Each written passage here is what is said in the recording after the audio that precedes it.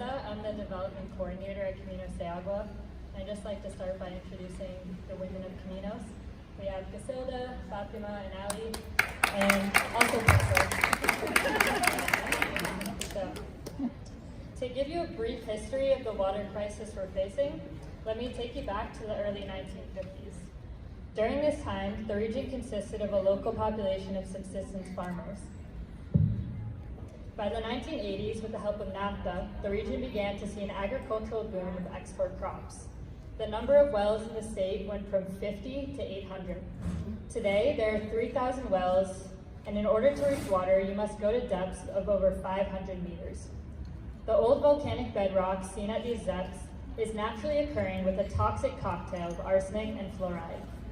The signs of the health impacts are already here, seen in the teeth of young children with dental fluorosis and the high rates of renal kidney failure in men in their early 30s. Entire communities are going dry. We have seen this in communities just 15 minutes from our urban center, and scientists have indicated that we are approaching the day where we turn on our taps and no water comes out. If you've ever driven along the Dr. Morris Highway that connects San Miguel de Allende to San Luis de la Paz, you will immediately notice the expansive green fields on each side of you. These fields belong to a select few extremely wealthy ranch owners. On a dirt road, hidden behind the field in a tall brick dividing wall, lies a section of adobe houses. This is the community of El Fraile. The community consists of 132 families of construction workers, farmers, mothers, fathers, and children. In 2019, like so many others in the area, their well collapsed, and with it, their source of drinking water.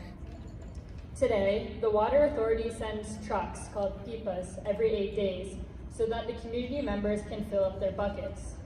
This water may be free, but our laboratory testing revealed that it is contaminated with toxic levels of arsenic and fluoride.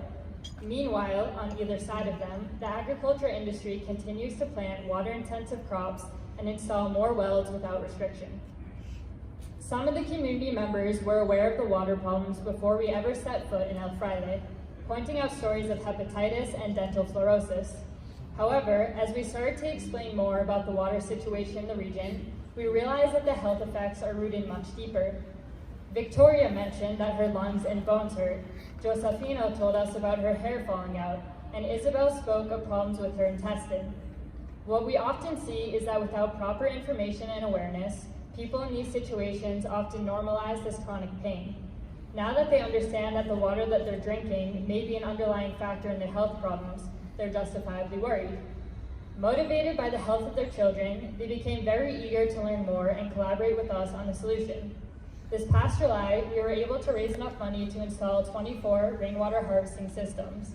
And as much impact as these systems will have, there's still a great need and desire from others to get involved. Your support would allow every single family in El Fraile that is interested to have access to clean, healthy drinking water. The money will specifically go towards purchasing the materials and running our educational workshops so that the community members understand the scope of the problem and take charge of their own reality. Let me tell you the story of a community member I met on my first day in El Fraile. I'd come to interview the community delegates about their history with water when a wise abuela by the name of Maria del Carmen Mendoza pulled me aside and led me over to her donkey. She attached a carriage to its back and put one tambo on top.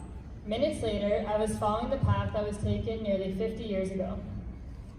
When Maria was a young girl, she distinctly remembers suffering from a lack of water. Once a week, her family would make the journey to the nearest well with their donkey and fill up their one blue tambo with water.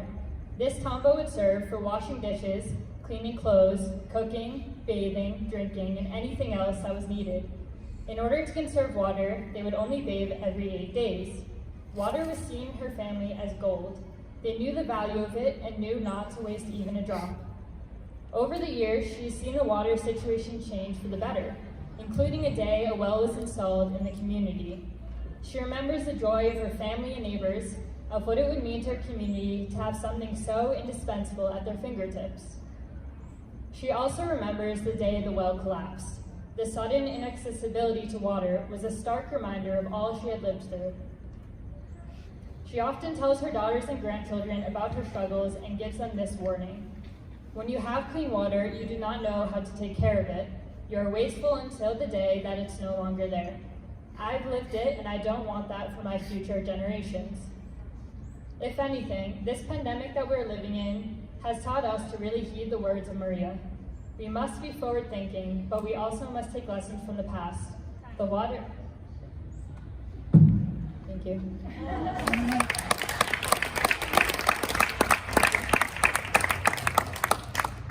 You have 2 minutes for questions.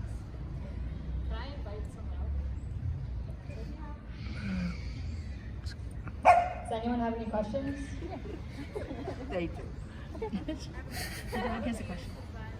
If you receive the funds today, how would they be used? Is there a project in particular?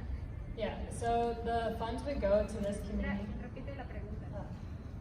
She was asking where the funds would go specifically. So first of all, they would go to this specific community of El Fraile, which is about 40 minutes from the urban center. And it would go towards material costs to building rainwater harvesting systems. So as I said, in July, we got enough money to build 24 rainwater harvesting systems, but the community has 132 families, so there's still a lot of need there. How much does it take to get from one system? I mean, I know they help before, but Can you repeat the question?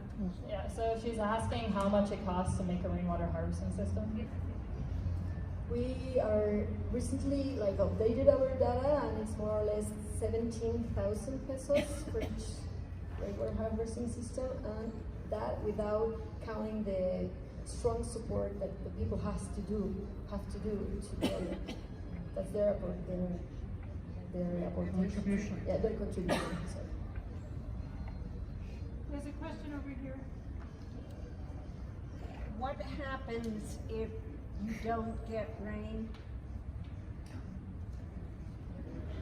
What happens if we don't get rain? That's the question. So I'm going to give an example in Tucson, Arizona. Every year they really don't get much on average, but they're one of the leaders of rainwater harvesting systems in the world. And it really has to do with how you design your system, and you take into account like the area of your roof, and also the average rainfall. So a lot of factors come into play when we're designing these systems, so that if there's less rain that year, it would still capture enough for the year. Organization between people, we have to really encourage that, because that's the only way that we can face climate change, and we are all in the same boat.